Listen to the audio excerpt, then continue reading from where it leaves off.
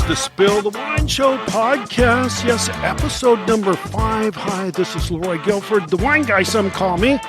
And we're actually set up live at Chapin Family Vineyards. We're out on the lovely veranda, actually a little bit lower down on the beautiful pergola area, the wine club patio.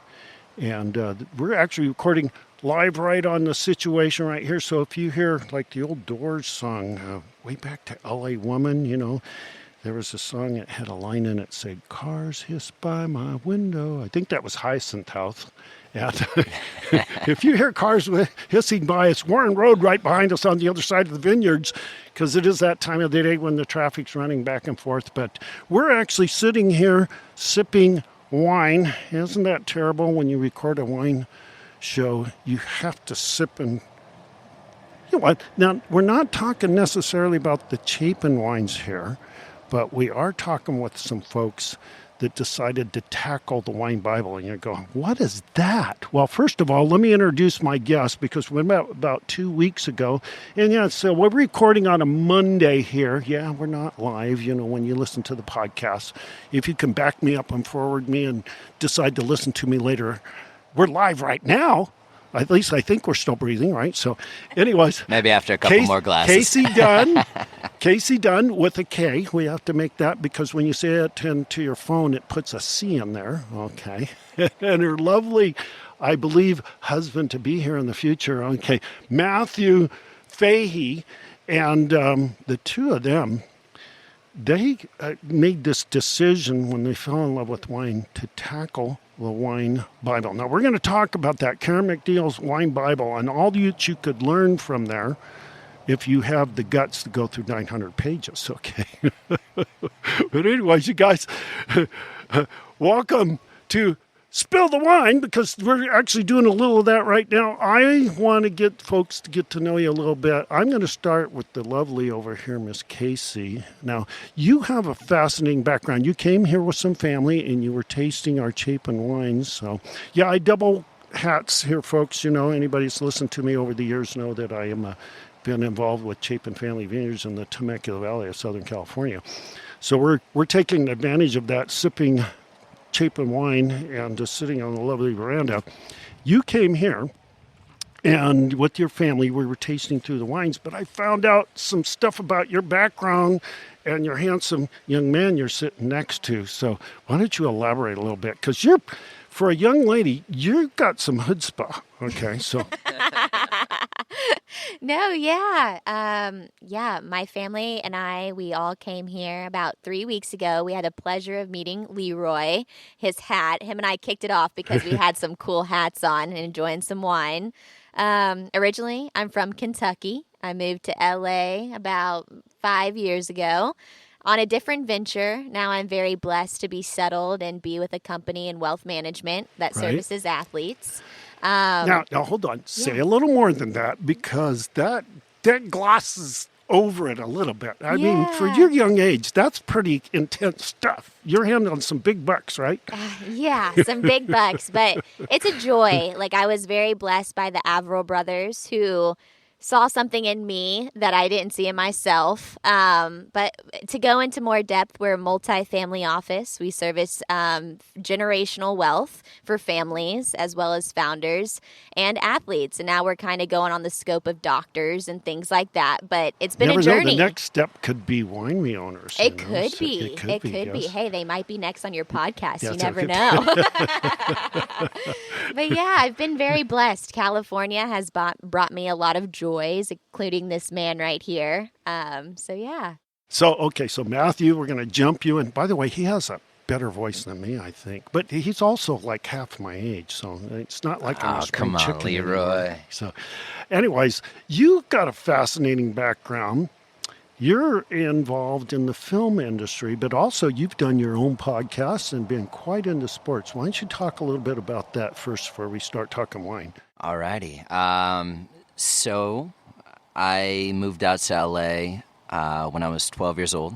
My mom is originally from here, so it was kind of her moving back from Connecticut. She went to law school there, and I got into the entertainment industry at a fairly young age. There's definitely people who have gotten into the industry a lot younger than I have, but I feel like it was a great time. Now, I have to interject because I love music. So, was there ever any time when you would listen to that song? It never rains in Southern California. Don't tell them what I'm going on with, because they didn't give me all those offers they talked about. I'm paraphrasing the lyrics, of course. And it still doesn't rain in Southern California. That's true on a physical plane, but is that true on the metaphorical plane? Because you sound like you're having some success here. So I've been very blessed over the last few years. I was able to kind of break into the post-game analysis for the Celtics from LA, which is kind of weird being in LA. That is. Clear across from one coast to the other. Absolutely. This was back in, I think, 2012. So right when podcasts first started. Right. Around that time. I think they were around a little bit earlier. I worked with a great company called CLNS Media back in Boston. So I was able to do post-game analysis for the Celtics. I would run to the bar, watch the game, leave right after it was done, get on like 2 minutes before the show started. I was also just barely 21 at the time, so I wasn't. I think I was 20 at the time, so I wasn't able to drink. I wasn't really able to go into the bar. I just had to sit out on the balcony and watch the game. This is before. What was it? NBA, like where you could watch every game. The industry that sort of is quite different media-wise now. Oh yeah, yes. Everything. Being the everything diehard is Dodger so fan I am accessible. now, you can watch every game. And in the day, it was like we waited for when Channel 11, and then later Channel 5 was like, oh gosh, there's a game this week, and they're going to be in San Francisco. Hold the clock. I'm in front of the TV, Absolutely. And then that kind of moved into podcasting, which lasted for a short period of time. I ended up booking a show that I was on for 2 years. And then just from there, it's just kind of kept going, and I've been very blessed to be working as much as I have. Well, let's talk a little bit about the film end of things that you're involved with. Absolutely. Okay. So about a year ago, I finished my second season of Animal Kingdom, which is a show on TNT. I was on that for 2 years. It was a beautiful experience until I got shot in the face, and that was the end of it.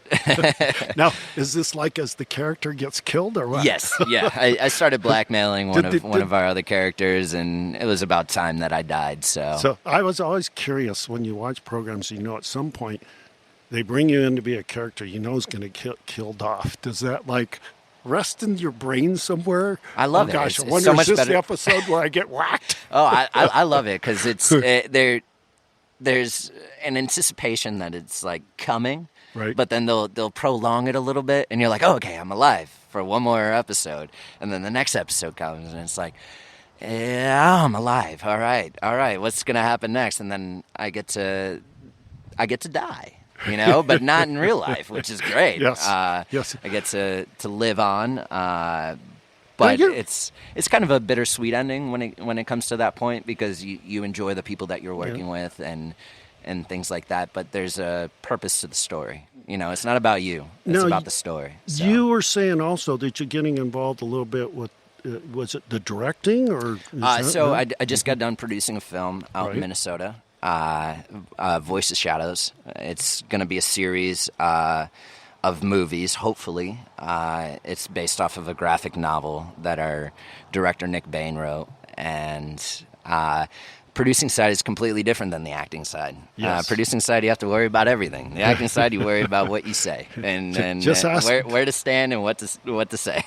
the guy who post-produces this, Roland Guilford at Monarch Studios. Yeah, he has a similar last name. I wonder what that relationship is. So he all the time is saying, don't talk so loud into that microphone.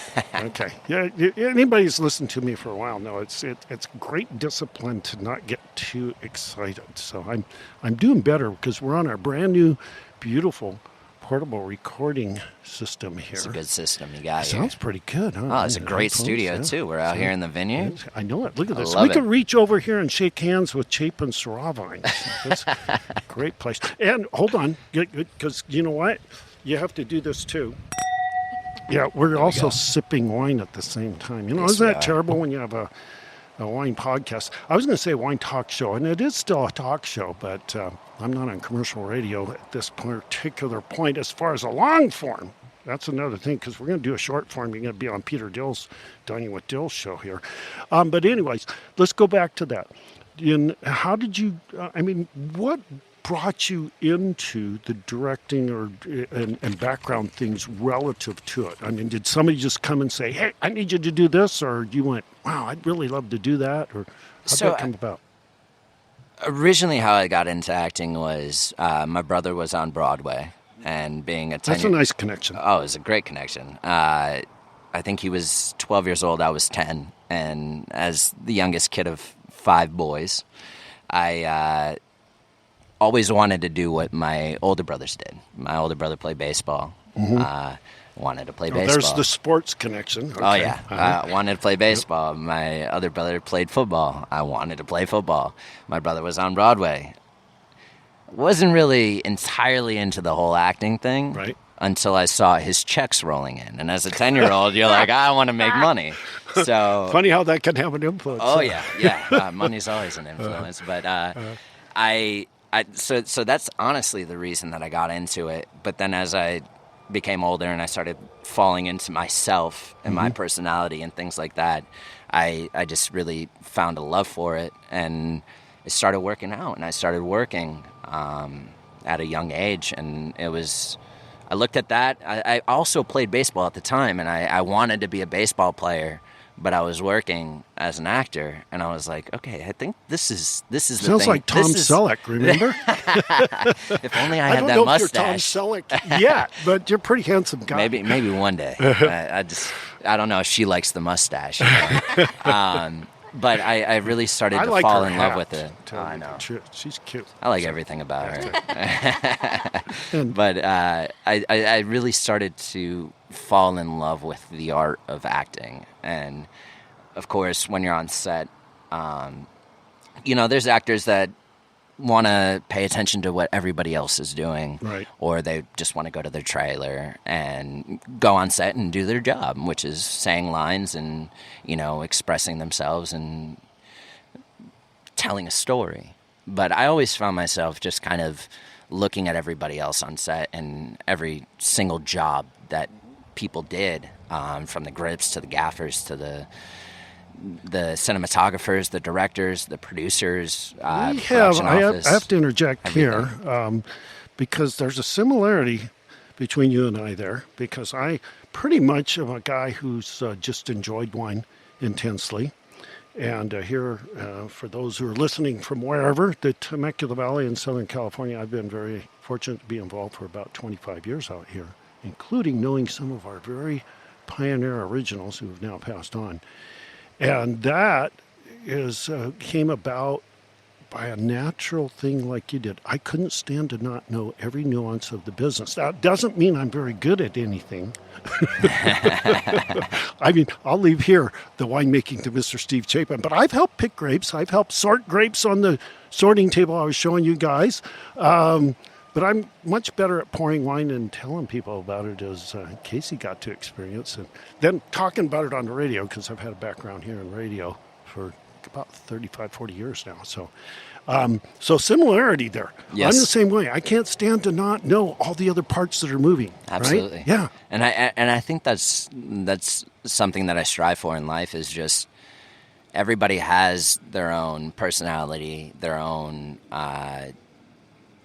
what is it? Mojo. Yeah, mojo. I mean, just the things that they're interested in. Right. And I think that's beautiful, because it's such a personal thing, and to be able to connect with somebody on that small little minuscule thing in their life, Right. where you're like, which is now we're going to so go to interesting. the real reason we're here, because that connection thing, at least with spill of wine, You wouldn't be spilling the wine unless we're talking about wine. Spill the wine into your that's stomach, it. right? There we go. So now that's the next step. So, it's like, why would these folks be sitting here with me sipping wine on this lovely vineyard afternoon? Just because they're in the biz? Well, that might have a little bit to do with it. I mean, let's be honest. But at the same time, how did the whole wine thing, especially, I know I was much older when I fell in love with wine. But that's not for you guys, and you're in pretty deep, which we're going to talk about here as we're working towards the Wine Bible.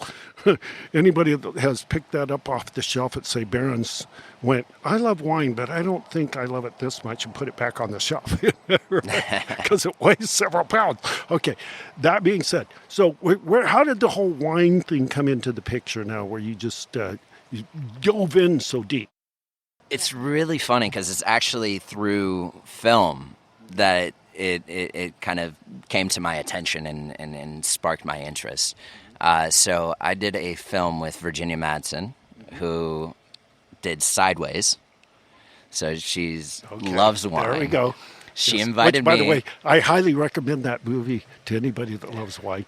Even if you don't, it's a fun movie. Oh yeah, it's excellent. And I saw that. It's weird because I saw that in the theaters when it came out, and what was it? 7-8 years later, I ended up getting to work with Virginia, and such a beautiful person. She invited me over for dinner one night. She was having this little party type Friday night thing, and I asked, what can I bring? And she told me a bottle of wine. I had no idea about wine. I had no idea whatsoever. So I went into You're going to help others now. That's what we do in the Spill the Wine shows. People, all you got to do is be like me, a wannabe, because they hear me talk about the Small Wine Growers Association we have that meets for Southern California. And a bunch of us that show up there are just wannabes. We don't grow up. We just have the fascination of it. And then you hang out with all these people that are actually doing it. So sounds like the same way. All of a sudden you're like, oh my gosh, what do I bring for a wine? Right? Exactly. So I asked what she wanted. I'm pretty sure she wanted a Cabernet. And I didn't know which bottle to get because there was so many different bottles. I was looking at all these labels. I'm like, oh, that's a cool label. That's a cool label. And then I just decided to buy the most expensive bottle that was in the store. And I was like, I don't even know if this is great. And usually, though, if you buy the most expensive versus the least expensive, you have at least a reasonable expectation that you're going to get something drinkable, right? Exactly. But that's not always the point. That is not always the case. Yes. I worked in the grocery business for 40 plus years, and what's on the shelf many times has zero to do with the quality of the wine and everything to do with who's willing to pay for the bucks for that spot on the shelf.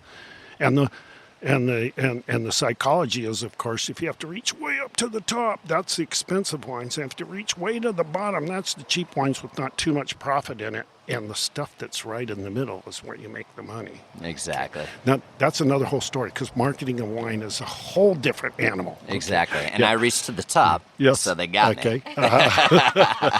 Now, if Virginia enjoyed the wine, she said she did. Not sure if she did. Do you remember what you picked? Oh man, this was my first step in the direction of being interested in wine. So I do not remember the exact bottle. I do remember tasting the bottle, and I was like, yeah, it's all right. She liked it. I think, at least she told me that. But that was kind of like my step in the direction of becoming interested in wine. And that's kind of what started it off, funny enough. Now, how did that accelerate? Because, I mean, you didn't automatically just go to, wait, I have to dial back, because back in the late 90s when I really went from cooking with wine to actually going, I keep sipping more wine. There's some people go into gift shops, and the wineries and stuff, and you see those signs that say, I cook with wine. Sometimes it even ends up in the food. You know what? Now, I was kind of the other way around. I cooked with it, and every once in a while I'd sip it. I wasn't really... And little by little, it started trading positions. More wine was going to me than in the food. And then I went, I don't necessarily figure out what it is about red. It's great to cook with, but I wasn't much of a real wine drinker there. And so I went out and perused the bookstores, and it was about 1998-ish, somewhere in there. And this new book had just come out, paperback actually, or softbound, by Michael Bonardies. And he's a world-renowned, like top of the heap when you talk about sommeliers. Okay, he's at the very top end. And I opened up the book, and I remember reading the preface in there. He says, when I sat down to the dinner table and my kids were always swirling their glass of milk, I knew I'd gotten too serious about wine. Now, he became a big, hoity-toity wine guy, master of wine. And so he kind of just threw out all the shackles and went back to square one. And I recommend that book, folks. You can probably buy it for like $3 or $4 online and pay more for the shipping. It's been out of print for a while, but it's one of the most fun reads. I read it in a couple of days, and it was like this. How did I miss this part of the world? Because suddenly the red wines that had eluded me, I was super fascinated with wanting to explore all that. And within a few years later, I had my own wine talk show. I mean, that's how fast it went. It was like a snowball. So where's your snowball at? How'd that come about? Wow. I can pick this up. All right. Okay, there we go. Kasey's I'm got going to let the her story speak now. for me. Well, women are better at details, too, So. Very They true. are. So, one, is my voice okay? Yes. Okay, good. Yes. So when I first started dating Matt, I went to college so Matt got to skip. He never went to college. But when I went to college, it was like your best option was the cheapest wine because that's all you could afford. So... And she's talking about the slap the bag game, where you get the box wine. You walk around, if you I slap the remember bag, you buying have box to drink. wine. Yes. We all start somewhere. You always have to start there, right? And actually, there's some really good box wines these days, and that's another whole story. Yeah. Okay, go on. Yeah. So I was all into like the sweet, cheap wine, which granted at 21 you don't wake up with a hangover, but now you do at 27. So when I started dating Matt, he actually had an eye already for like dry wines, red wines, which I was never used to.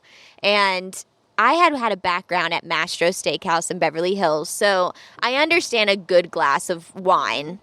But it wasn't always my first choice because it was just like, oh, that's not my style. That's not what I've been used to.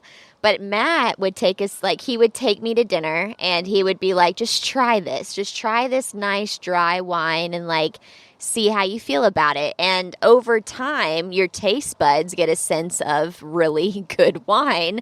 Because then when you reverse and go back to the other ones, you're like, what was I doing? So I would say into that journey, I think he had a good sense of a line of what good was and like how to really taste a good wine and like endure it, right? Like he would swirl it, he would sniff it, he would be like, do that little thing at the end where you would like vaporize it in your mouth. And it was like, okay, like this makes me enjoy it a little bit more instead of just getting the fast drunk that you wanted to. Also, that was just a way to get her to think I knew what I was doing. But so Well, I have to interject because one of the things, and we're about having fun. One of my themes has always been where it's all about the wine and the fun. Because I have an old saying, it's this. If it ain't fun, I'm out of here, baby. Yeah. Okay, and let's face it, the wine industry and some people involved in it have kind of made it hoity-toity.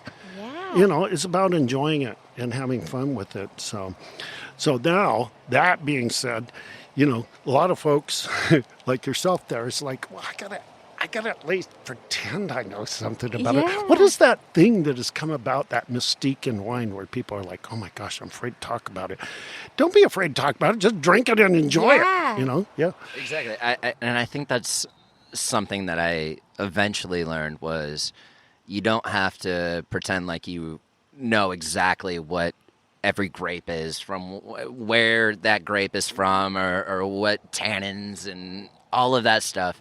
I think it's just mostly about what you enjoy, and the price level doesn't matter because everybody's palate's different. Right. And Well, actually, price level does matter. I mean, let's on face your it. wallet. I would drink $100 wines all the time. Certain specific ones that I know are worth the money, like Grand Reserve Syrah here at Chapin. But I can't necessarily justify drinking that with dinner every single night. So, I mean, there is that reality. Which, It's like by the the way, special occasions. yes. Yeah.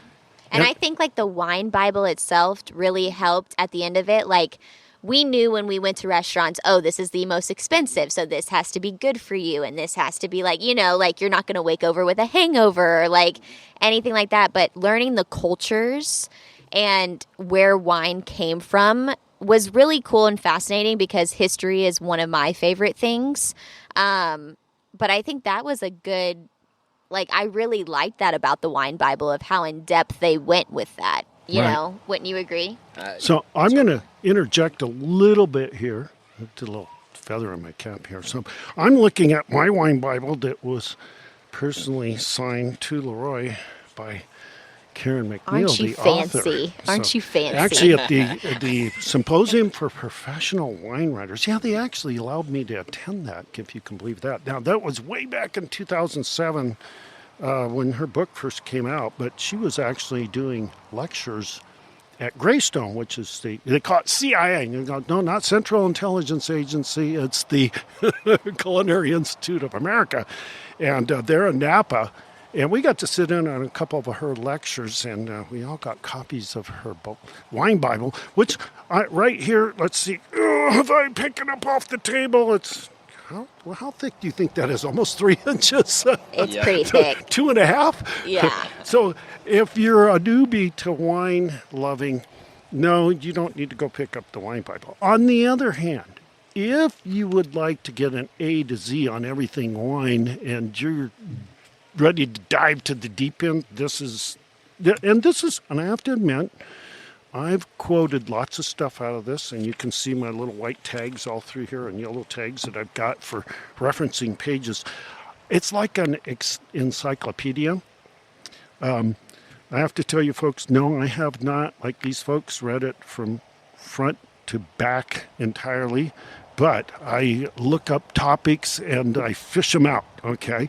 So I'm now challenged by these two young folks and this guy who does a talk show about wine, and I haven't read the whole wine Bible. Well, when you see it, you'll see what I'm talking about. It's definitely something you want to reference back to any Yes. chance you get.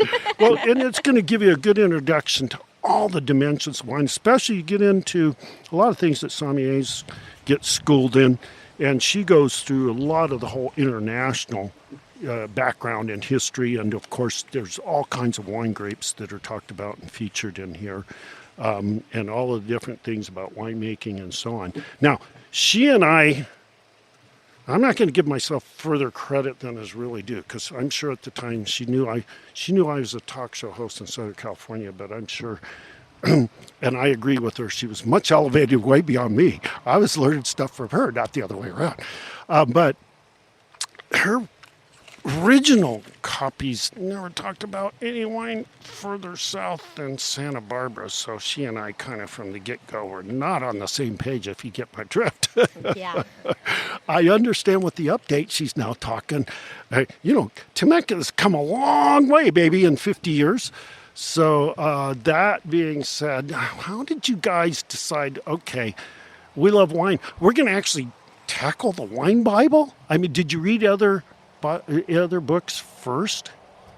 No, honestly. I just found an interest in wine, Right. Personally, and anything that I have an interest in, I try to dive as deep as possible into figuring out as much as possible about that subject. If it's a role that I'm playing as an actor, I try to do as much research and completely divulge myself as much as possible And I've into heard that character. That's usually actors and actresses that have really become known. That's the case. I think you they have wanna to, know though. every dimension so they can play that part as clearly as possible. I think you have to. And so when it came to wine, it was something that I enjoyed. I drank a lot of it. And to make her okay with that. A lot of it is one bottle of night. No. I'm just Now, kidding. hold on. That But sounds to like make my her wife. okay with that. She'd drink me under the table. But to really get the full picture of things, I think you kind of have to dive into it and learn everything that you can about that character or about a wine to be able to enjoy it to its fullest. But how did somebody recommend it, or did you like go into one of the big bookstores and start perusing? Yeah. 'Cause that's so- actually originally what the number of books that I bought.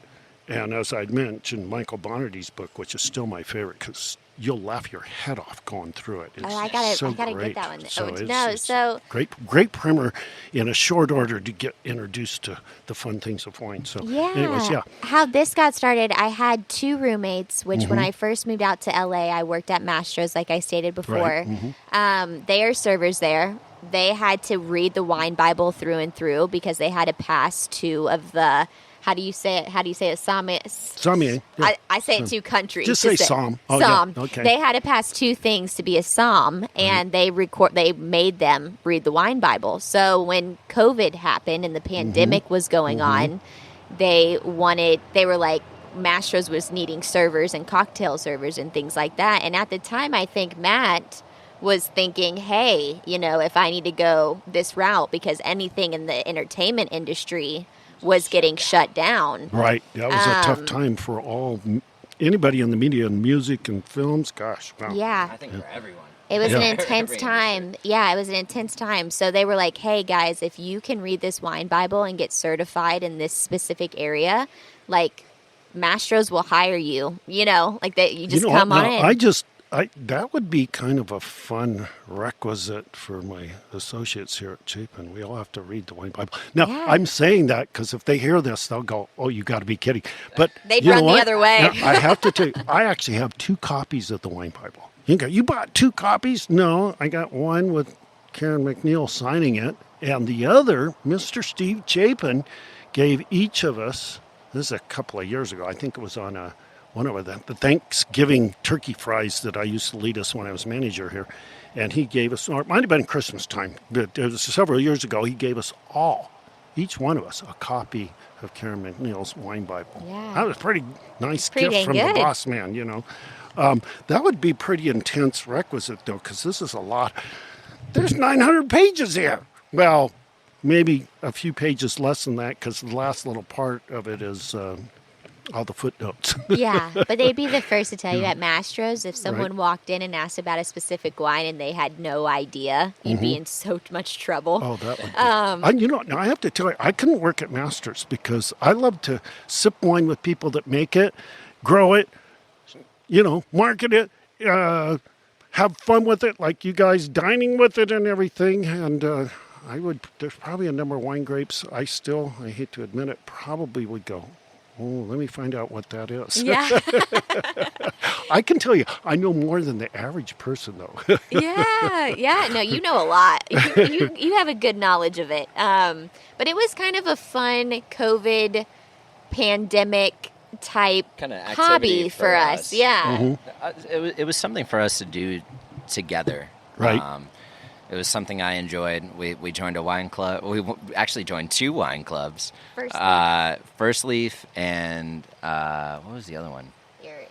We got rid of the other one after the first week. That's we because you really didn't have to join Chapin, that's why. Yeah, exactly. We didn't know about Chapin at the time. That is an advantage. I make no bones about it. Anybody who's listened to Wine Country Talk Radio over the years and now Spill the Wine, yes, I'm very proud of the place I've been part of for 10 years. Mr. Steve Chapin's probably one of the most incredible wine grape farmers and winemakers, I think, in Southern California.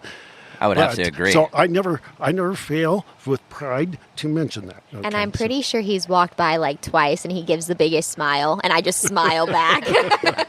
And the thing is, if I knew about Chapin before that, I probably wouldn't have joined those two wine clubs. I'm no longer a member of those wine clubs. Did you know it leads you to being on a podcast, right? Exactly. So, this is everything happens for a reason. So I guess that's how it's kind of snowballed. Right now, obviously, you still got that career you're developing for both of you. But I've heard somebody, this young lady said, "Wow, I wonder if there's property where you could grow grapes." Did I hear that from somebody? Yeah. So thankfully, when we came out here about 3 weeks ago, I've got the privilege to meet you. And just the idea, I mean, Matt has so much knowledge in the aspect, and I'm a country girl. So You look like a country girl. I like you know, to be on the hillside. Not yeah. to mention, you guys, this guy scored because she's a beautiful young lady here. Oh, thank you. Thank you.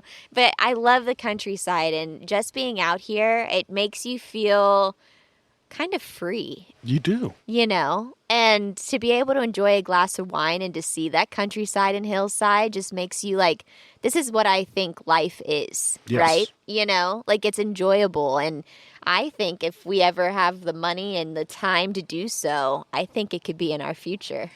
Yes. I think owning a winery would be absolutely amazing. Could I compete with Mr. Chapin? Highly doubt that. But Everything takes maybe, time. Exactly. Now, you don't think of the way of compete because there's something for everybody in every genre. Okay. Absolutely. And in our wine industry, there's all kinds of different levels. Okay. So, I mean, there's some really popular wineries here in the valley that sometimes people will say, you know, chagrining things about. And I'm like, you know what? We all operate at different levels, and there's people that, thank goodness, serve every portion of the market. Now, we tend to think of ourselves, and I would agree, as a little more on the top of the heap, if you will. I mean, if you really get into wine, you start looking more for the wine than the accoutrements, okay? So it's like, hey, since you talked about a steakhouse, you know, there's only so much sizzle that goes so far. Somewhere you got to cut the meat and get a good chew. And some of the places focus more on the sizzle, and they do a good job of it. And other places, we like to actually serve the steak, and in this case, wine. Yeah. Yep, exactly. So I think it would be a dream come true to own some property down here and own a vineyard. Absolutely, I would love the process. I just, like I said, I kind of dive into all of it. So just seeing everybody do their specific job, and then it comes out in a bottle of wine. It's kind of like every person on set has a paintbrush, and they all put a brush stroke on this blank canvas, and it's this beautiful portrait. It is. And by the way, no operation like this, well, for the most part, is singular. Absolutely. I mean, you've got all these different parts that have to function. Exactly. I mean, Mr. Chapin didn't have the phenomenal crew he has that works our vineyards and keeps all the property looking beautiful. That's a whole dimension. Now, with other people involved in the protocols of the winemaking, he doesn't have to do it all himself. And of course, we're a much smaller operation, and that's another approach when you're looking at different kinds of models, if you will. A small family type operation versus something where you've got multiple investors, and there's a number of those here, at least in our Temecula line, certainly all up and down the coast of California and all around the world. Somebody's got to be the head guiding light, though, you know. And so a vintner, that may be the person that owns and had the original dream and mind idea. But like myself, if I had a winery, I'm not going to be the winemaker. I know how much work goes into that. But am I going to tell them exactly how it should be done and then fire them if they can't do it? Yes, it's like since you manage baseball funds, you know that managers come and go because if they can't get what they need out of the team, they're history. So I would be kind of the same way. Here's what I want done. I'll taste it. It's like the master chef, right? It was actually while you were just explaining that story. So it's funny that you go through those steps because you realize, hey, I don't want to manage it this way. I want to manage it a different way. Right. And we just went we had like an AWM story type thing that we went through. And these two guys, my bosses, they started out in Wall Street. And then they decided Wall Street wasn't for them because they weren't able to give tax advice. They had very limited investment advice. So they went to a more multi-family office approach, which started out by the Rockefellers. But it was like, it's kind of cool that the same thing happens in wine. Absolutely. You see what fits you best, what shoe fits. And I think that's an amazing, Well, I'm going to use because I know several, and one of the advantages of having all my past years of my Wine Country Talk radio show, and I shared this in the podcast last week. I have some archives I'm going to dig into because I have some incredible stories that, including one gentleman who passed on, and he was the one-man winery. Little old Barrett Bird, he passed away on my birthday. Actually, this past year, it wasn't a number as far as birthday numbers. Usually when they have a 0 on the end, it's like oh yeah. But anyways, it wasn't one of those. But he passed. What made it significant is 10 years ago, so this last June 26th, it was a whole decade since little Barrett Bird, at age 91, passed away, and he was one of our original pioneers, and he did it all. He was the one-man winery. He made about 800 cases of Cabernet Sauvignon every year and literally did everything himself. Amazing. And I used to go hang out with him, and he'd tell me the valley stories, and he'd let me pour wine with him, which, by the way, when you went into his little winemaking shed, it was complimentary wine tasting, at least back in those days, about 20 years ago, And with that being the case, I saw how much work, and he was still doing that in his 80s. Wow. I mean, I like nuts. drinking and talking about it. I don't mind telling people what I would like, but I don't know that I'm going to definitely be. Now, I do like growing grapevines because we were talking about that. When you were talking about being in the country, think about this as we look right now. Look at the vineyards here and how beautifully manicured and everything. You start at the beginning of the season, and the whole focus, at least in farming and this farming aspect of winemaking, is what is the harvest going to be? Okay, how do you take care of your property and the vines throughout the whole season so that you can get the best fruit possible? Now, that's not always the approach of everybody. They may just want the fruit. They don't necessarily want it to be the best. And when you think about this, and I'm a man of scripture, and it says, it's going to be forever as long as this world's turning. It's called seed time and harvest. Okay, you plant the seed, you nurse it, and you get a harvest. Okay, and I'm being very general, but there's something about wine grape farming where you feel the essence of the earth. I mean, you see right in front of you, it comes from nothing, and next thing you know, you've got this bundle of fruit that you're going to turn into the elixir of the gods. It's nurturing, it's really nurturing. And it's just like, it's wholesome, right? I don't know another word for it. It's like... I think those are great words. Kasey is the house plant aficionado, so I think you're speaking her language right now. It brings life. It brings life to you. I have a special gift for you. Oh. Okay, I forgot to bring it with me. It just reminded me. I'm glad you brought that up. But in my backyard right now, I have a couple of raised bed planters, and I have about 180 cuttings. Remember, I was showing you guys before we started recording. We walked the vineyards and talked about creating clones and growing from the cuttings of the vines, which is another whole story because it's in the wine Bible. You talk about you don't plant seeds, you take cuttings. Anyways, I have about 180 cuttings or clones, if you will, of Barrett Bird Santa Margarita River Winery Cabernet Sauvignon. And the old vineyard that was part of his operation has a different owner these days, and in my opinion, just doesn't take care of the property. I'm like, no, they can't let this slip away. It's history in our valley. So I plan again this spring.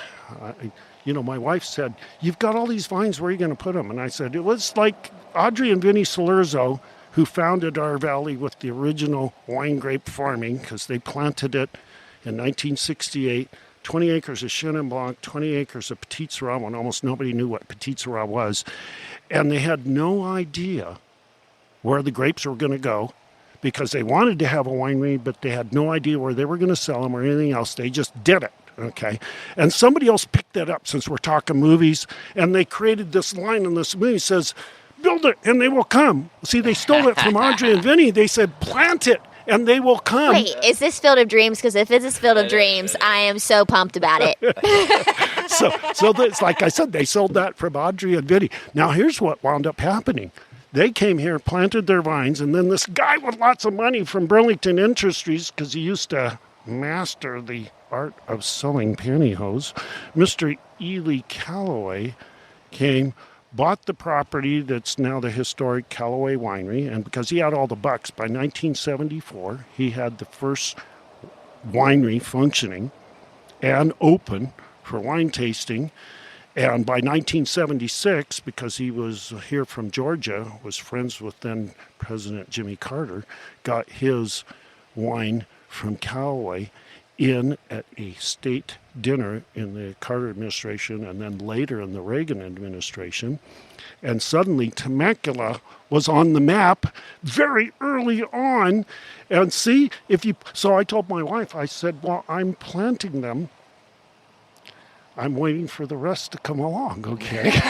But in the meantime, I can give you a beautiful Cabernet vine like we planted right here as you look at these Syrah clones that we planted.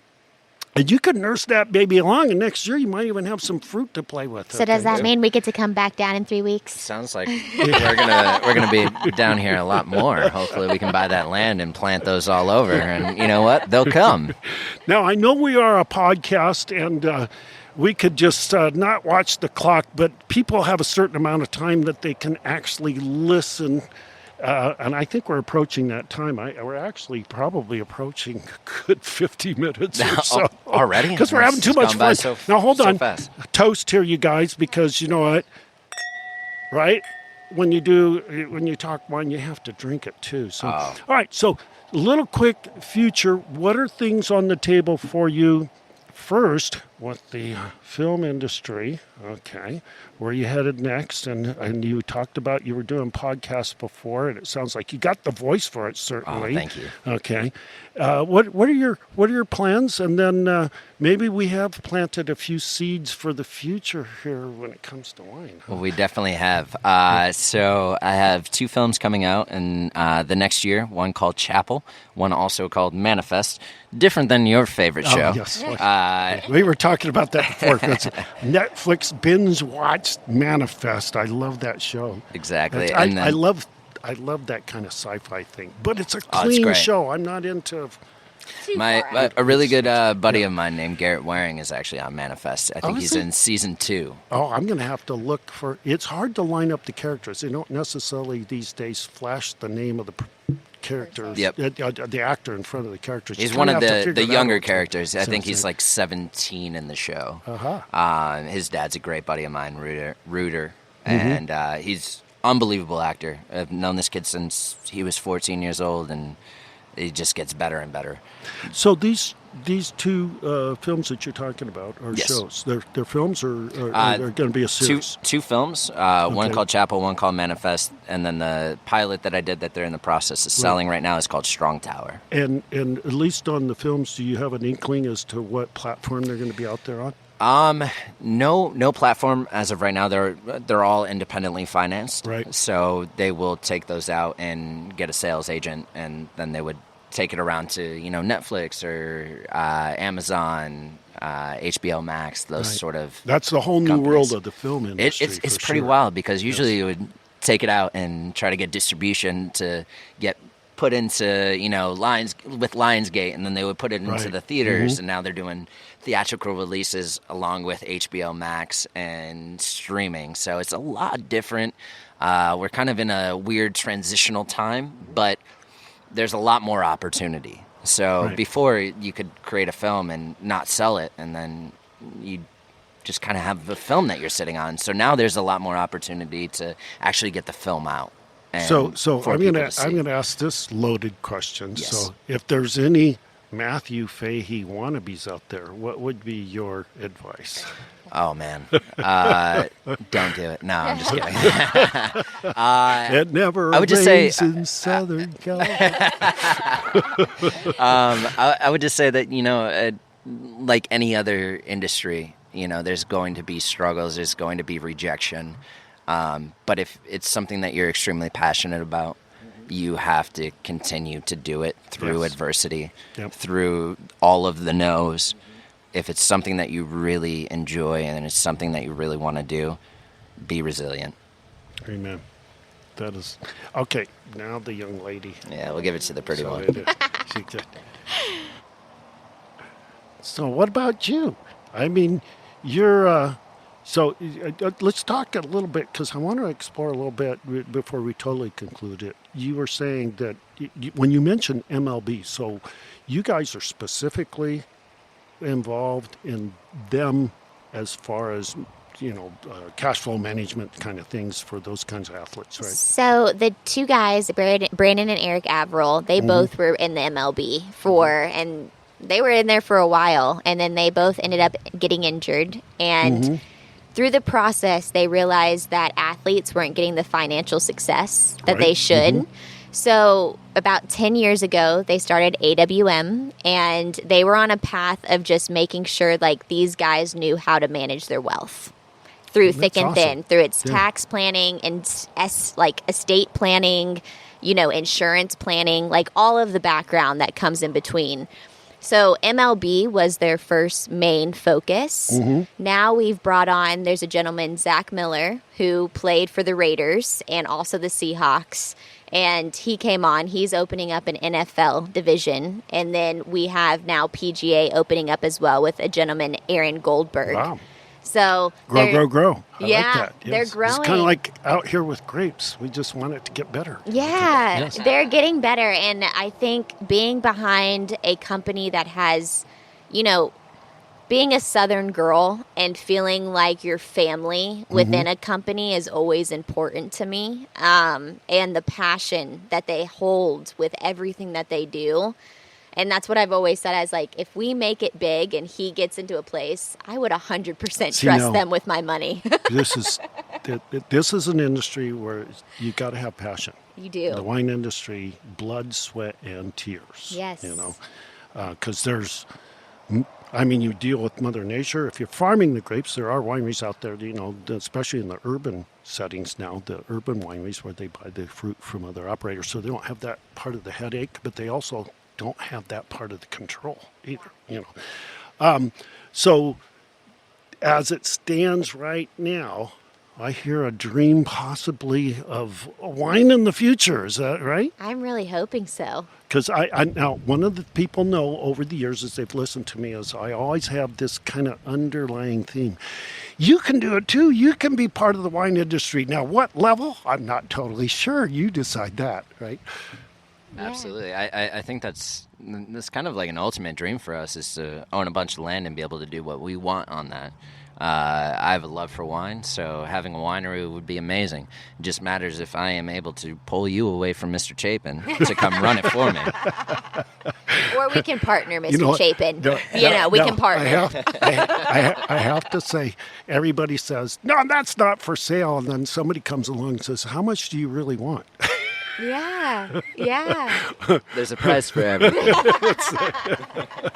You guys, what a fabulous fun time. Look at the sun's actually finally parting through the clouds here. Yeah, we're recording on a Monday afternoon where it's been a little cool, but beautiful. And of course, you still hear the cars hissing by in the backgrounds. But we got a good bunch of vines between us and the vehicles there, but they still kind of drift in a little bit over here. I am so glad we got a chance to meet, and as I'd mentioned, we're going to mention it again. If you really want an in-depth plunge, it's like getting on the high dive and you just jump straight into the deep end, even if it's icy cold water. It's called Karen MacNeil's Wine Bible. Everything you could possibly ever want to know, at least to get started. Now, I have a couple other books, as I'd mentioned. Michael Bonnerdy's Sip by Sip. It's been out of print for a while, but I think you'll laugh your head off all the way through. It's a perfect primer kind of like me when I picked up Wine Bible and went, no way, Jose. Okay. Now it's different as we're in the industry. And there's another one. Oh gosh, it's slipping my brain right at the moment. But I remember that there's a number of good primers for people to open the door to the world that you might have been missing, And when you do, you're going to go like me. I was in my late 40s, and that was only a few years ago. I went, how in the heck have I missed this part of the world? For the last 40 years, I could have been drinking really good wine. So I have to make up for it now, So, okay, you guys, it's the Spilled Wine Show podcast. Yes, my guest is Kasey Dunn and Matthew Fahey, and I appreciate you guys so much for coming and having a little fun with us as we spill the wine down the throats, right? Okay. And we appreciate you, Leroy. And next time, you better be wearing that hat that I like. Okay. And thank you so much for having us. Made my whole birthday.